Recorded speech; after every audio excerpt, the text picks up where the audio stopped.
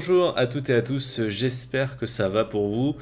Aujourd'hui on se retrouve pour le chapitre du coup numéro 40 de Dragon Ball Super. Est-ce que c'est bien? Est-ce que c'est mauvais encore une fois? Un bilan un petit peu plus mitigé, on va parler des choses qui marchent, des choses qui ne marchent pas. Et on va en parler tout de suite. Alors ce chapitre, il va commencer directement par Vegeta, donc on retourne directement sur le Vegeta. Et Dieu sait que je voulais voir un petit Vegeta vs Toppo. Mais comme je l'ai expliqué dans la semaine dernière, dans la vidéo, j'étais sûr et certain que ce combat allait être totalement squeezé, totalement éclipsé. Donc pas de Vegeta, Toppo, enfin Vegeta Toppo, il n'y aura pas de combat quoi. Ce qui est vraiment dommage parce que Toppo c'est quand même un candidat qui est... c'est quand même un mec qui est candidat au poste de dieu de la destruction. Donc c'est un mec quand même avec du lore, quoi, avec une histoire derrière, il y a des choses intéressantes qu'on pourrait développer. Et ben non, ben non on s'en fout, on monte pas le combat. Donc au final, pour rusher encore plus le manga, on va partir sur Vegeta qui libère toute sa puissance parce qu'il en a plein le cul de voir Goku le dépasser constamment et du coup il atteint un niveau de puissance propre voilà, à lui seul. Il explique un petit peu d'où ça vient, du fait que c'est un guerrier qui n'a jamais cessé de se battre et de mettre sa vie en jeu, etc. etc. Je vais pas revenir sur le chapitre, vous l'avez lu. Du coup, ok, donc le Toppo c'est mauvais. Le Vegeta, l'explication, c'est plutôt cool. Voilà. Donc là, on a une bonne mise en scène. On voit Vegeta qui arrive à atteindre un petit peu Jiren, ce genre de choses. Ok. Donc après, on voit que Toppo, lui, il a été projeté un petit peu contre une surface encore planante du terrain, donc une petite surface. On voit qu'il est en galère. Il y a son pote qui vient, le sauver in extremis parce qu'il risque de tomber comme une merde. Et puis, voilà, là, t'as la scène voilà, avec Freezer. Alors, cette scène, cette mise en scène, à la fois, elle est fidèle au personnage de Freezer, parce que tu vois que le mec, c'est un bâtard, quoi. Tu vois qu'il s'amuse à péter les plateformes les unes après les autres, et que le gars, il est mort de rire d'avance de voir les types en galère. Mais quand même, tu parles de Toppo, candidat au poste de dieu de la destruction qui n'arrive pas à retourner sur le terrain. Je sais pas si vous viviez le délire. Enfin, t'es Toppo, tu fais quoi? Ton pote il t'a aidé à te relever. Tu chopes ton pote, tu le prends avec la force que t'as. Tu le balances sur le terrain. Tu sautes, tu peux pas faire un truc à la Dragon Ball normal de te balancer une boule de feu pour te propulser ou ce genre de choses. Enfin, faut arrêter quoi. Enfin, il y a des trucs, ok, ils peuvent pas voler, mais là, c'est... Enfin, avec des personnages de ce niveau de puissance-là, mais c'est n'importe quoi, en fait. Moi, je trouve que c'est n'importe quoi, parce que si vous regardez ne serait-ce que des personnages à l'époque, en fait, de Dragon Ball normal, ils arrivaient à le faire. Ils auraient pu retourner sur le terrain, les mecs. D'ailleurs, tu vois bien que c'est 17. Il rattrape Freezer et il fait une petite boule de feu pour bloquer l'élan. Bon, Toppo, il est pas plus con qu'un autre, il peut le faire aussi, non? Enfin, ça, c'est complètement ouf. Alors, après, on va parler un petit peu de la partie avec C17. C17 qui, justement, va un petit peu bousculer Jiren parce que C17, il est pas content. Voilà, C17, il est pas content. Freezer n'arrive pas, finalement, à gagner du temps suffisamment contre Jiren.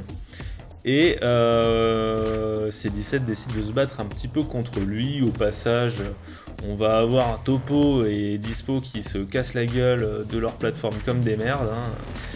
Donc ça, on s'en fout, j'ai envie de dire. De toute façon, les personnages n'ont pas été si mis en avant que ça dans le manga. Ce qui est vraiment dommage. Encore une fois, l'anime a fait mieux. Donc c'est un petit peu triste. Donc voilà, on va avoir C17 qui va essayer de mettre à mal Jiren en se faisant péter. On a une scène un petit peu qui se veut émouvante. Je trouve que C18 casse un petit peu la scène, à moins qu'un C que dans tous les cas C17 ne va pas mourir comme on le sait tous, hein, parce que peut-être que sa bombe n'est plus à l'intérieur de son corps, c'est même pas peut-être, c'est la bombe n'est plus à l'intérieur de son corps, peut-être un sait que c'est un genre de coup de bluff, je sais pas. Mais sa réaction, on peut dire qu'elle est très, elle est très fidèle au cyborg qu'elle était à l'origine, mais c'est un peu chelou avec l'évolution que normalement a dû subir le personnage. Bon après c'est pas hyper important. Ce qui est important et ce qui est choquant, C17 se fait péter et le mec explose la moitié du stade. Ça ne choque personne. Le mec défonce la moitié du stade dans un métal encore plus dur que le Kaichin. Hein. Le truc normalement c'est indestructible de chez indestructible, mais là tout le monde fait sauter le métal. Alors on peut me dire ouais les mecs ils ont des niveaux de puissance et tout. Enfin, c'est 17 quoi. Faut pas déconner, c'est 17 quoi. Ok, c'est 17 il s'est battu contre Goku en Super Saiyan 3, mais Goku en Super Saiyan 3, il défonce pas du Kaichin, même en se faisant sauter. Enfin, il y a des trucs un peu gros. Il y a des trucs un petit peu gros. Après, voilà, c'est de la mise en scène. Ils se sont servis ça pour faire la mise en scène. Bon, c'est pas cohérent. Il y a plein de choses de toute façon qui sont pas cohérentes dans Dragon Ball, donc c'est pas très grave. Mais quand même, c'est un peu nimp. Bon après tu vois Jiren qui du coup il est toujours là le gonze. Et va falloir le bastonner et du coup Goku repasse en Ultra Instinct. Ok, ça c'est le chapitre grosso merdo. Alors, qu'est-ce qu'on peut en dire de ce chapitre ? Ce chapitre, au final, il est assez mitigé. En fait, il veut avoir une bonne mise en scène par le biais d'éléments incohérents. Que ça soit le stade, que ça soit Toppo qui arrive pas à rentrer, ce genre de truc quoi, le stade qui pète et Toppo qui arrive pas à rentrer surtout. Ces deux éléments en fait ils gâchent un petit peu le chapitre. En termes de dessin, le chapitre est plutôt bon. Je trouve pour ma part, enfin, le chapitre est plutôt intéressant. Mention spéciale je pense pour Vegeta qui a été quand même vachement bien fait. Après qu'est-ce qu'on peut dire de plus ? De toute façon le chapitre là vers quoi il tend ? On voit Goku qui se remet en Ultra Instinct direct normal comme ça parce que de toute façon il faut qu'il gagne du temps, qu'il continue à rusher donc et ça n'a pas trop d'intérêt non plus scénaristiquement parlant de le faire galérer à ne pas retrouver sa forme. Donc Goku se remet en Ultra Instinct, on va avoir du Goku Jiren pour le prochain chapitre où Jiren se met en mode Stokos, maintenant fini de rigoler, je vais utiliser ma force.